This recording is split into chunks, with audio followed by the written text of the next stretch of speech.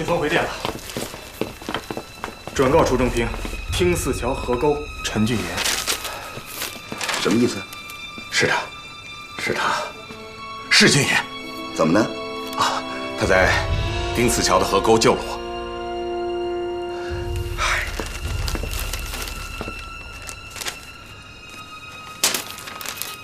显然，共军是想拿陈俊言作为交换他们性命安全的条件来谈判。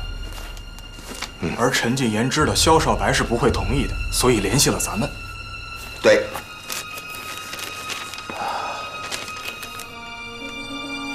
我觉得可以同意，你说呢？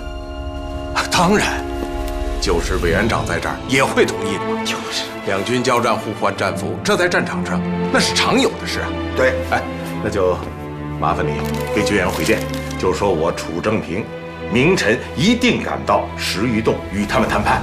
明白。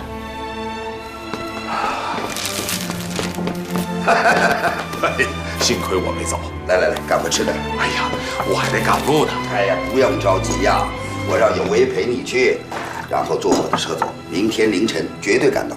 来，好。哎呀，那我就谢谢战斌兄了。客气啦。来，楚老弟啊，哎，你们中央军在那搞围剿，我的部队插进去不合适，你亲自出马，萧少白无话可说。来吃饭啊。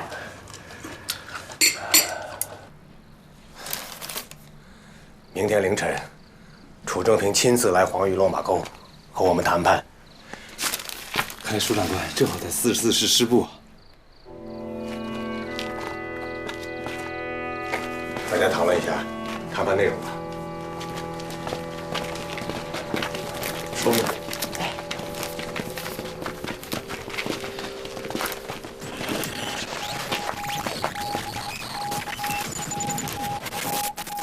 等等。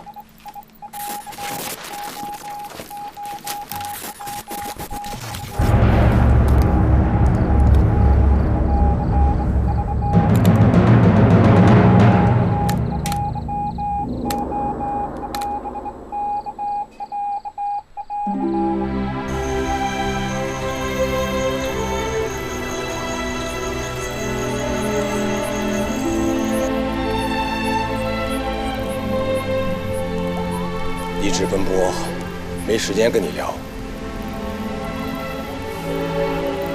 谭主任，我知道你要跟我聊什么。我也是这次出发之前，听总部首长交代的。这次总部之所以点名让你来劫持陈俊言，就是考虑到你跟他这层关系。现在看来，总部的决定是对的。如果当初派了别人，那恐怕现在是另外一个结果。当初交代任务，当听到他的名字时，我有一丝犹豫。我不知道，当我面对他时，会是一个什么样的情形。我更想象不出，如果他逃跑或者是反抗，我能不能举起枪？能不能扣动扳机？能不能正常的完成组织交给我的任务？在见到他之前，我把对敌人所有的仇恨和敌人的恶行，还有残暴，都想象到他身上，促使自己在见到他时能够下得去手。可以理解，6年的恋情，8年的分别。就像树藤一样，盘根错节，很难把根和节清晰地掰开。说实在的，难为你了。选择你来完成这个任务，其实是把双刃剑，两边都有受伤的危险。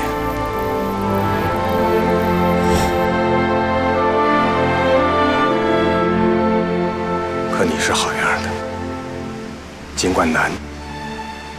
你还是把根和结掰清楚。9天来，你经历了伤痛和生死，敌人的酷刑和战斗的硝烟。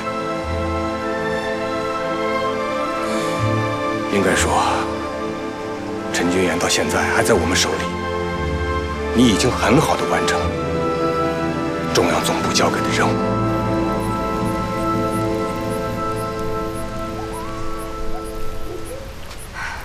谢谢组织的认可。玉林啊，陈君言对我们的重要性你很清楚。你觉得对他的策反有希望？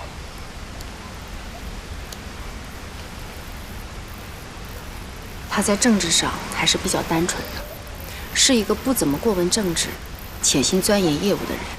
对国民党内部的尔虞我诈很反感，但立场还停留在 CC 系和黄埔系的内部争斗上，对国民党的反动性还没有认识。在现实中，还渴望得到楚正平的救助，回到他们的阵营。他对你的感情，我是说，他对你怎么看待？他希望我能跟他远离国内战事，到异国他乡去生活。哦，还是个理想主义者。换句话说，他对你感情依旧，对吗？应该说是这样的。在行走途中，我受伤了，他完全可以逃跑，但是他没有。他背着我走了1天1夜，当然，他是想找到楚正平，让楚正平免我一死，然后和我一起远走他乡。那你呢？我是说你心里究竟是怎么想的？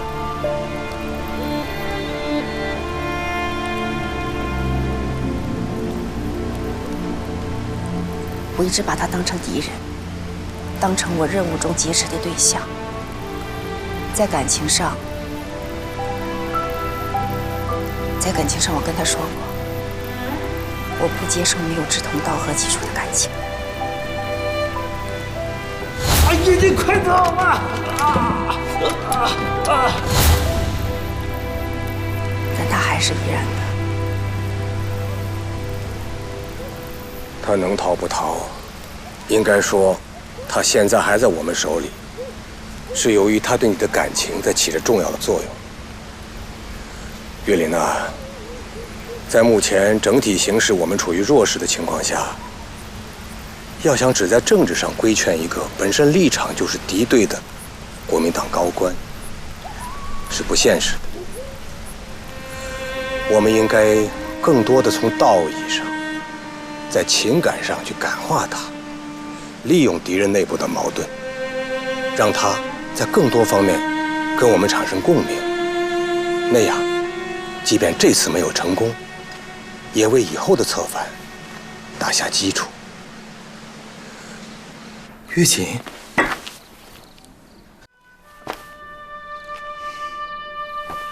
坐，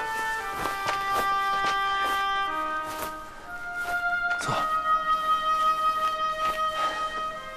就要见到楚大哥了。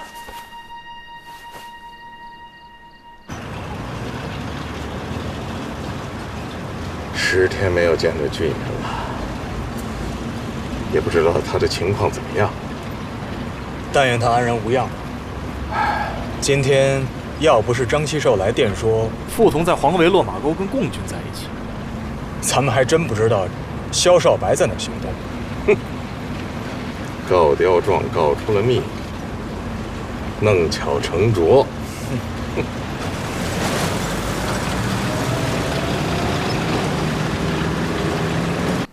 玉锦，我说了这么多话，你怎么不说话呀？俊言，我是来跟你告别的。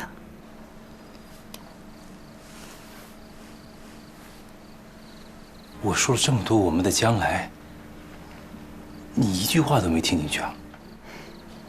听进去了。我之所以没有说话，就是因为我在仔细地听你的每一句话，每一句话都令我感动。那你为什么还要说与我告别呢？君言，如果是10年前，还是同样的情形，我也许会跟你走，去过我们2个人的生活。但今天，我已经不是只为自己活着的我了。我所追求和奋斗的理想，远远重于我们2个人的生活。因为我知道，帝国主义和军阀买办不会拱手把政权交给人民的。我们只有靠武装来夺取。为了这个夺取，我必须为之奋斗。君言，你还记得吗？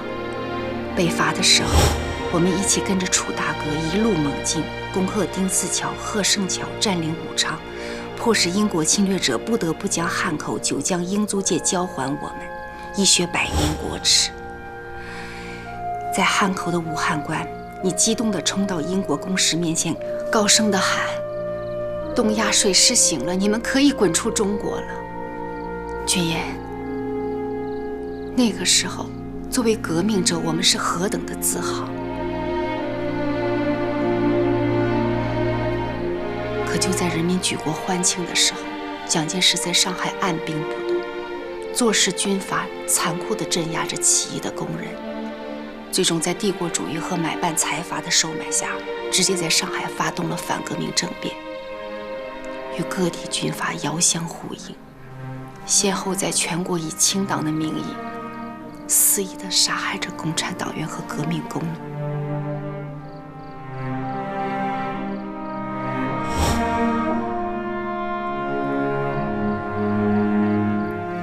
我亲眼所见一排排革命烈士倒在你们的枪口下，尸骨成山，这中间还有7、8岁无辜的孩子。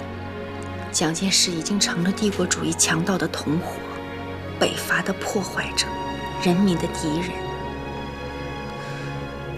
君言，你现在还有那种自豪感吗？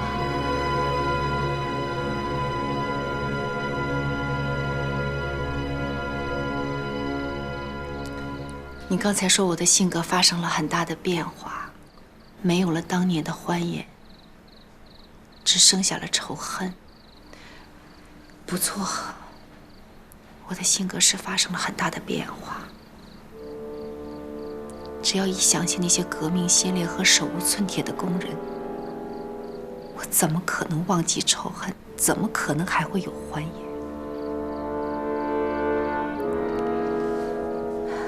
前几天你看到我的疤痕，你说萧少白没有人性，可是你没有看到他们是多么没有人性地屠杀着我们的人民。你也没有看到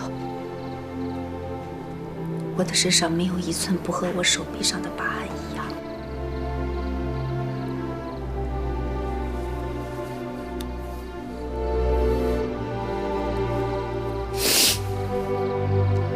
所以，我不会跟你走。我要继续回到战场，不惜牺牲的去完成先烈们的遗愿。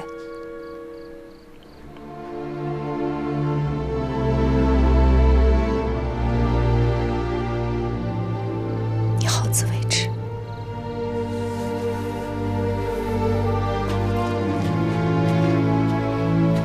月琴。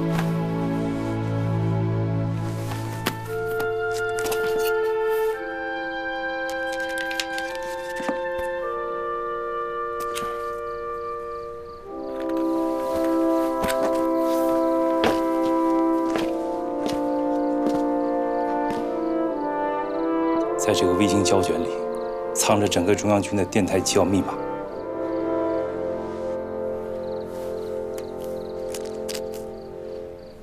这是我们分别8年以来，我送你的礼物。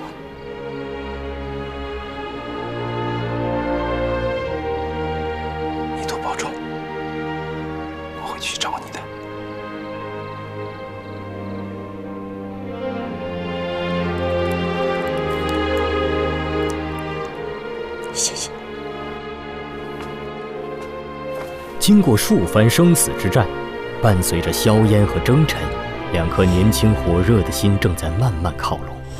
每当独自面对陈俊言时，张月林几乎能够听到自己曾经冰封的内心正在悄然融化，继而蓬勃地跳动起来。可是对于不同信念的坚持，却像一道鸿沟，横亘在他与陈俊言之间，无法逾越。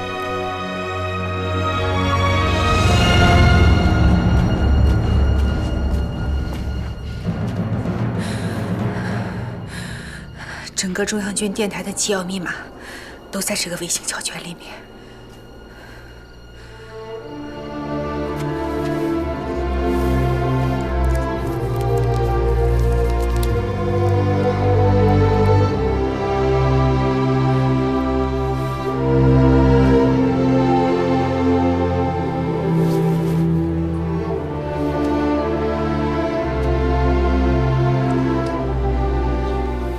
睡吧，天快亮了。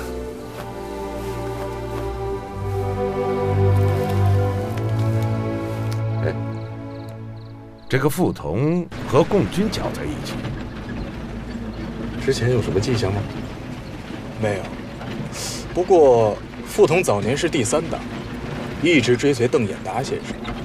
先生遇害之后，经人推荐才跟了我们王师长。怪不得是第3党人。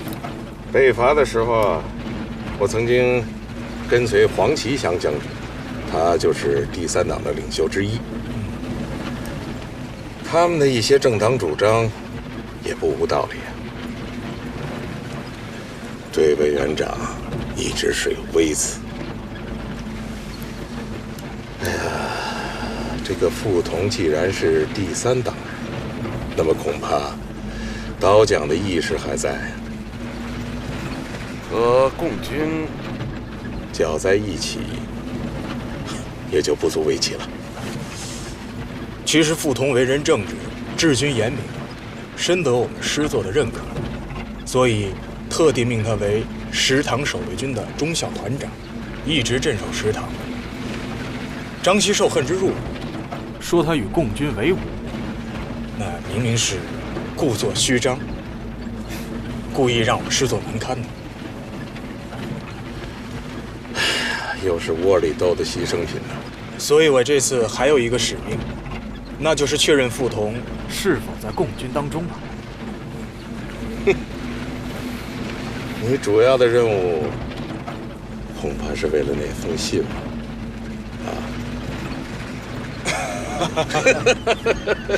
哎，楚长官就是厉害啊，什么都瞒不过您。我很理解你们王师长的处境，夹在两虎之间，是得谨慎从事，稍有不慎，两头都挨咬。是，特别是现在，那个萧少白和张锡寿又搅在一起，那封信绝不能落在他们手里。谢谢楚长官体谅。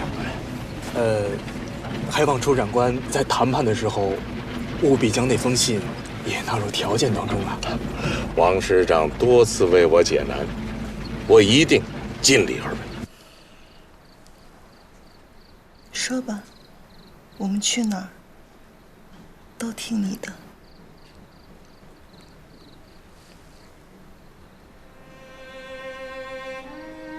我们跟他们走，去湘江熄灭。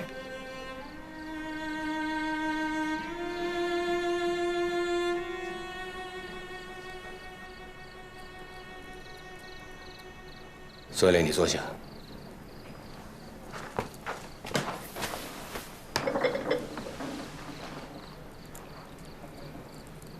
湘江战役以来，我们牺牲了多少同志？我们每个人的生命都比金子还要珍贵，还要值钱。34师的同志们，为了掩护中央总部过江，付出了多少年轻的生命？他们的命不值钱吗？太迟了，因为他们掩护的是红军的火种。这火种一旦过了江，就会燃烧，燃烧到全中国。所以他们的命值。我们现在做的工作也一样。一旦陈金元站到了我们这一边，那对敌人的打击将是致命的。这是他交给我们的整个国民党军队的机要密码。说实在，他没有陈俊言值钱，因为一旦敌人知道了密码落在我们手里，他们就会启用备用密码，那这个密码瞬间就失去了价值。可陈君言是德国回来的密码专家，他能破译。主任，陈君言想见你。请他进来。是。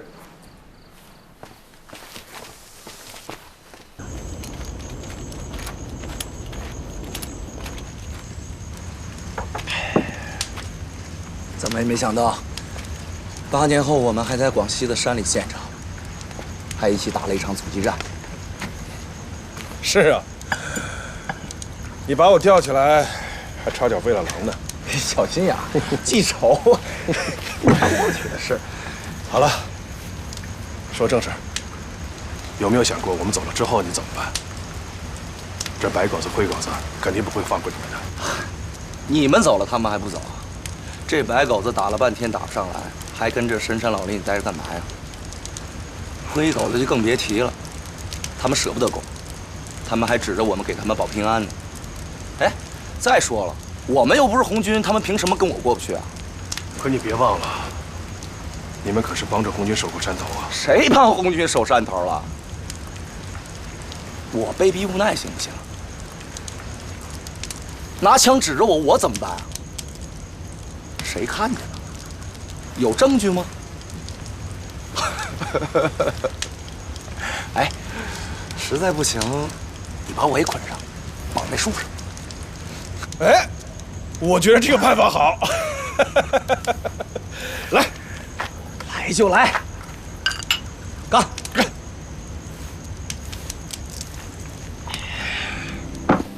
电波来自00剿总司令部。电文的内容大致是要求湘军16、19师撤离鲁板桥以北，以待合围从湘桂边境赶来的你部1师2个团。陈先生，你能肯定吗？我破译的没有一点问题。湘军16师应该是张亮基的部队，19师的师长是李觉。电文的内容清晰地点出了他们的名字。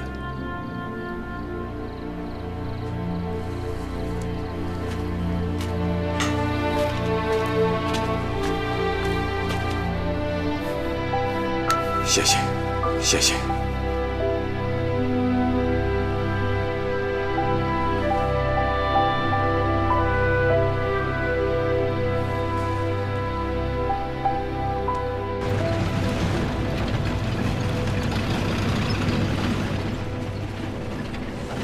还要多久啊？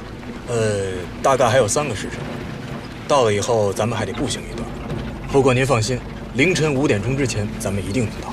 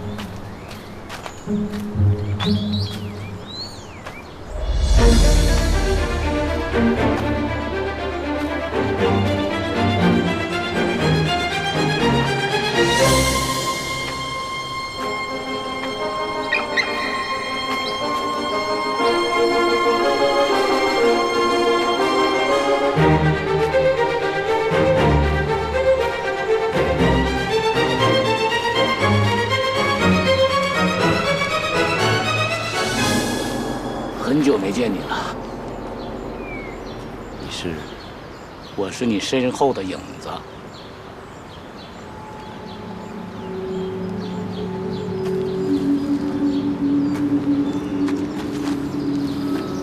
你怎么找到这儿来的？你在查盘坳这山坡上，在树上挂了一个红条子，后来跑得无影无踪了。要不是你们在七星寨打了一仗，找到这里还真很难呢。你们干的什么事儿啊？一会儿说走雷口关，一会儿又不走，到底什么意思啊？我和你一样，只执行不过问。你们有完没完？你们，啊？说什么事？你也别抱怨了，这一次是我最后一次跟你联络了。什么？最后一次？对，只要你把队伍领到雀儿山下的无名村，你的任务可就算完成了。那，然后呢？然后，孩子呢？什么孩子？你们在哪儿把我的孩子给我了？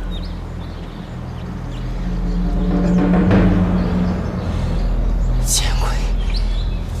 见鬼！我是说，我在哪儿接回我自己的孩子？我的孩子？这我可不知道，我只知道我负责联络你。他妈的，不守信用！不把我儿子在哪儿告诉我，后面的事就别想。我不知道啊，我真不知道你儿子。哎呀，他们没有交代我不管。你回去告诉他们，我必须要知道我儿子在哪儿，必须！哎，别这样，这是我最后一次跟你联络了，以后我再也见不到你了。最后一次，好，那你们就永远别想再见到我了。你不要把他们给我招来啊！哼！我受够了，我受够了！冷静！我整天他妈人不人鬼不鬼的过日子，我提心吊胆的过日子，我受够了，我受不了了！你要冷静啊，千万要冷静！我这就回去告诉他们。好，冷静点。走，往哪儿走？你他妈的都是一群的魔鬼！我是魔鬼，你是魔鬼，都他妈是魔鬼！哎，冷静，别冷静，好，冷静。老柯，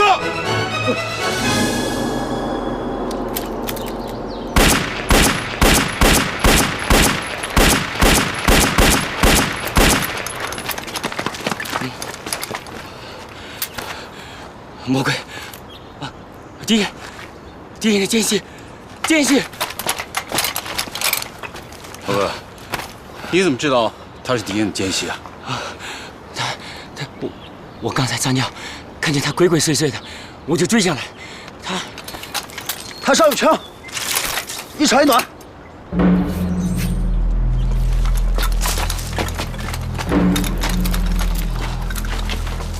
哎，中间。集合队伍，马上传营。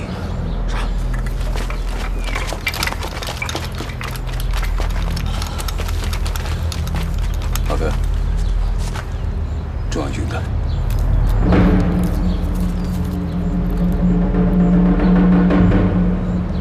看来敌人已经发现了我们的行踪了。老哥，你不该打死他，应该留活口，还可以问出些情况。是啊，你看我刚才睡得稀里糊涂的，我还以为我自己是在梦游，我真后悔，我这怎么？老柯，你这是干什么呀？啊！老杨，我怎么能有这样的毛病呢？什么毛病？我梦游啊，你们见过我梦游吗？啊？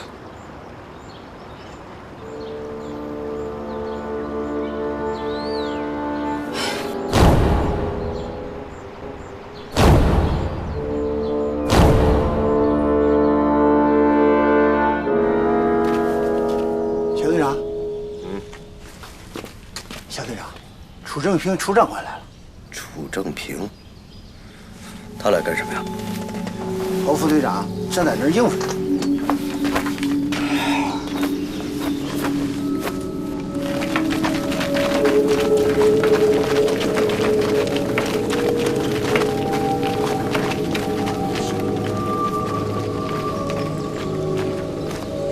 副长官，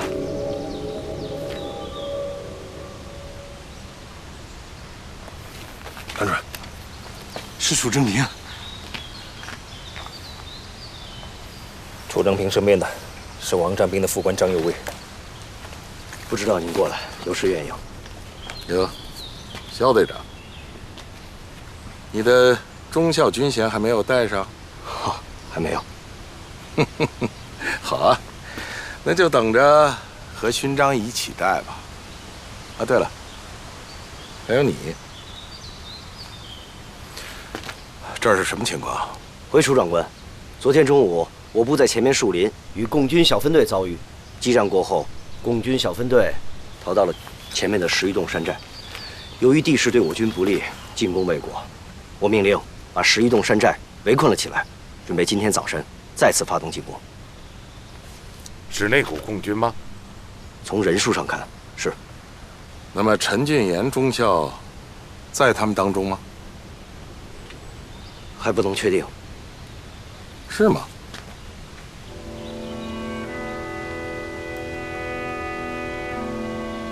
？11洞山寨是些什么人？上面是什么？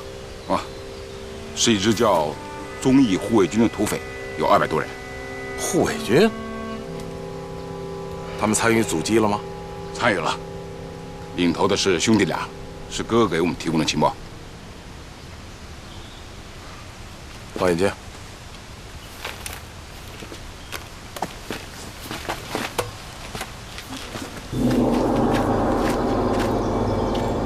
山上的兄弟听着，楚正平长官已经到山下了，请陈俊言长官出来说话。楚正平长官已经在山下了，请陈俊言长官出来说话。下来！你站那么高，一个黑枪就把你给崩了。就在这喊。楚长官，我是陈俊言，我在这儿。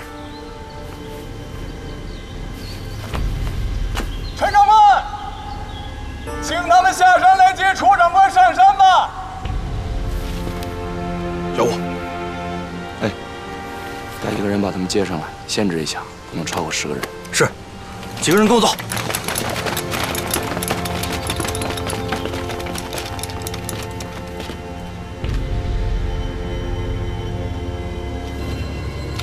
谭先生，谈判的事我就先回避了。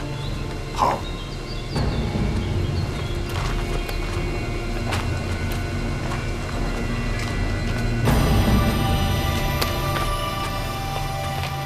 我上山去谈判，你在这儿给我老实待着，不许轻举妄动。是。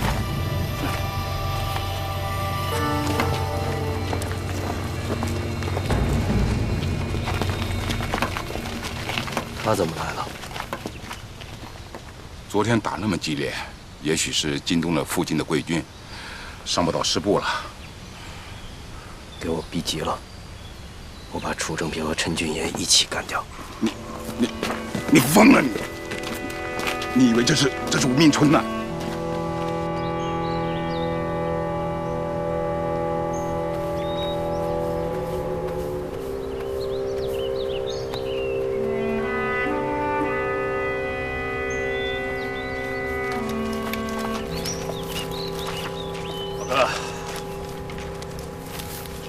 前面就是雀儿山。雀儿山不能走，不能走雀儿山。怎么？原来我们不是约定好走雀儿山直插石塘吗？不，是这样啊。既然敌人已经发现了我们的踪迹，那他们一定会估计到我们要走雀儿山，所以那儿不能走。那我们走哪儿？走这儿，这儿也能到石塘镇。黄围落马沟，从那儿到石塘镇，要绕好大一个弯子呀！宁愿绕，宁愿绕远。老杨，小分队的每一个战士都是革命的宝贵财富，不能出危险。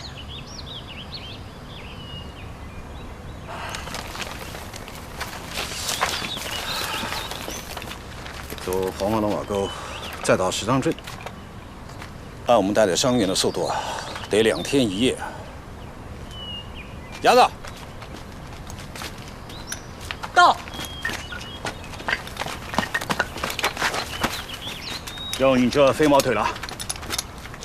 你一个人走劝山，1天就到石塘了。你的目标小，即便敌人在劝山有埋伏，也不会注意你。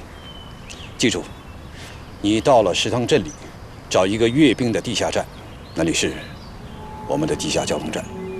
如果连长他们去石塘营救张月龄，会在那儿落脚。你在那儿会打听到他们的下落，然后迅速赶到黄维落马沟，我们在那儿会合。我明白了，小心。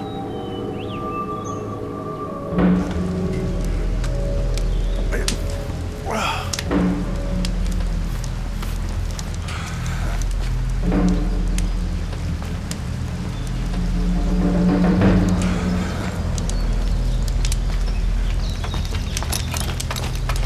陈主任，我们来了。好。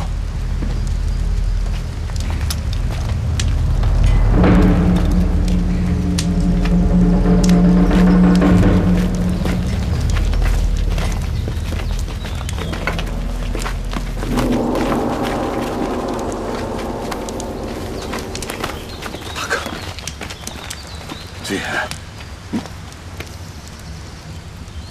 你还好吧？一言难尽啊！来，我给你介绍一下，这是红军师政治部谭主任。谭主任，幸会。楚将军你好，这是雷营长。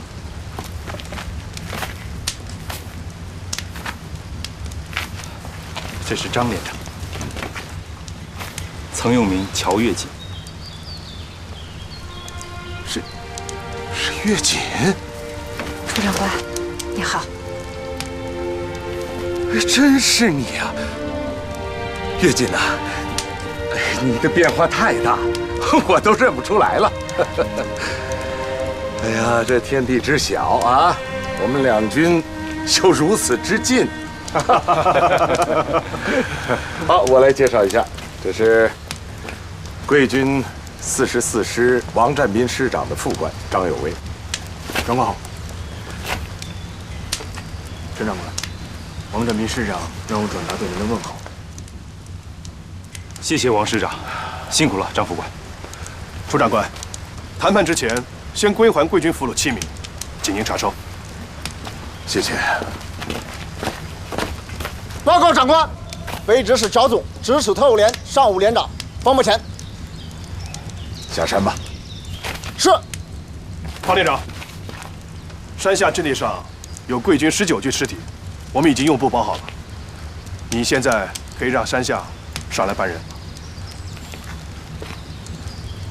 谢长官。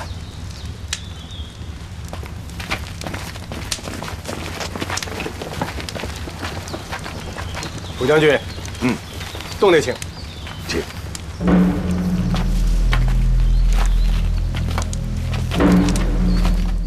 雷武龙等人与楚正平的来之不易的会面终于达成，气氛非但没有剑拔弩张，反而意外的平静。这瘸子是个少将吗？少将怎么了？蒋介石来了也得谈判。